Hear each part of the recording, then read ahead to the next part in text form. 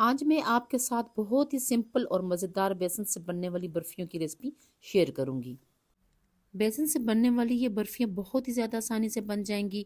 आपको सिर्फ 2 से 3 इंग्रेडिएंट्स की ज़रूरत होगी इनके लिए। और ये बर्फियां इतनी मज़ेदार बनती हैं कि एक दफ़ा आप इनको ट्राई करने के बाद बेकरी वाली बर्फियों को भूल जाएंगे। इस रेसिपी की सबसे अच्छी बात यह है कि ये कम वक्त और कम खर्च में बन जाएगी। और बेसन की ये बर्फियां आप बनाकर इनको स्टोर भी कर सकते हैं और अपने बच्चों को लंच बॉक्स में भी दे सकते हैं। मेहमानों के आगे भी आप इनको रख सकते हैं। बस आप लोगों ने मेरी वीडियो को पूरा देखना है ताकि सारे स्टेप आपको सही तरीके से समझ आ जाएं। तो अपनी रेसिपी की तरफ जाते हैं जी। बिस्मिल्लाहिर्रहमानिर्रहीम। सबसे पहले आप लोगों ने एक पैन या कढ़ाई ले लेनी है, उसको गर्म कर लें लो फ्लेम पे। फिर खाने वाले जो चम्मच होते हैं बड़े, उसको भर के आपने 3 देसी घी के इसमें डाल देने हैं। देसी घी जब इसमें मेल्ट हो जाए तो आप लोगों ने 1 कप इसमें बेसन का डाल देना है। बेसन अच्छी तरीके से आप लोगों ने बिल्कुल मीडियम फ्लेम पे फ्राई करना है, ठीक है। अच्छी तरीके से इसको आप लोगों ने भून लेना है। भुनाई इसकी जितनी अच्छी होगी उतनी आपकी बर्फियां जो हैं वो ज़बरदस्त किस्म की बनेगी। तकरीबन 10 से 12 मिनट स्लो फ्लेम पे, ठीक है। अब आहिस्ता आहिस्ता आपने जैसे इसको भूनना है ना, तो ये खुशबू इसकी आना शुरू हो जाएगी।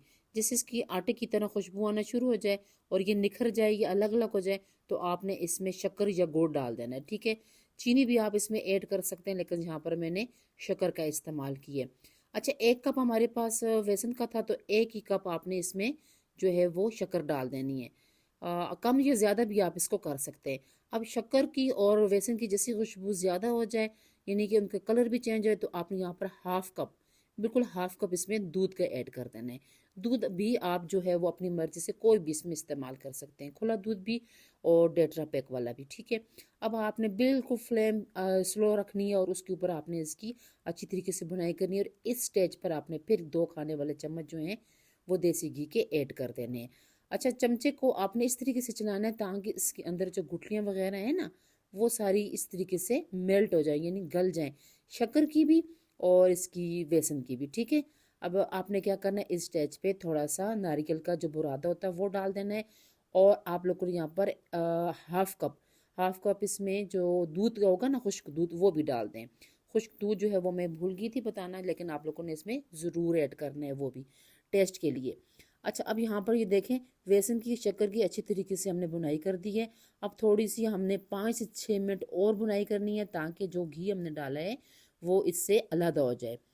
यहाँ पर मैंने 1 कप बेसन के लिए, अगर आप लोगों को ज़्यादा मिकदार में चाहिए तो आप अपने हिसाब से कम या ज़्यादा ये सारे इंग्रेडिएंट्स कर सकते हैं। अब यहाँ पर जो है बेसन की बुनाई अच्छी तरीके से हो चुकी है। बर्फियों का जो हमारा मिक्सचर था वो अच्छी तरीके से तैयार हो चुका है। अब आपने क्या करना है, इसको एक प्लेट में डाल दें ताकि ये ज़रा ठंडा हो जाए। अच्छा, ज़्यादा ठंडा भी नहीं रखना, अगर ज़्यादा ठंडा होगा तो बर्फियों का या मिठाई का जो पेड़ा हमारा होगा वो अच्छी तरीके से नहीं बनेगा। अब मैंने क्या किया, इसको बटर पेपर पर डाल दिया। बटर पेपर पे ऑयल वगैरह लगाने की ज़रूरत नहीं है, क्योंकि इसके अंदर ऑलरेडी हमने जो देसी घी डाला है वो रोल बनाने में हमारी मदद करेगा। थोड़े से बादाम मैंने इस तरीके से कश करके साइड पर डाल दिए हैं। जिस वक्त हम इसको काटेंगे तो ये बादाम जो हैं वो इसके साथ लगे हुए होंगे। अच्छा, अच्छी तरीके से मल के आपने बटर पेपर के अंदर रख लेना है और 15 से 20 मिनट फ्रिज में रखें।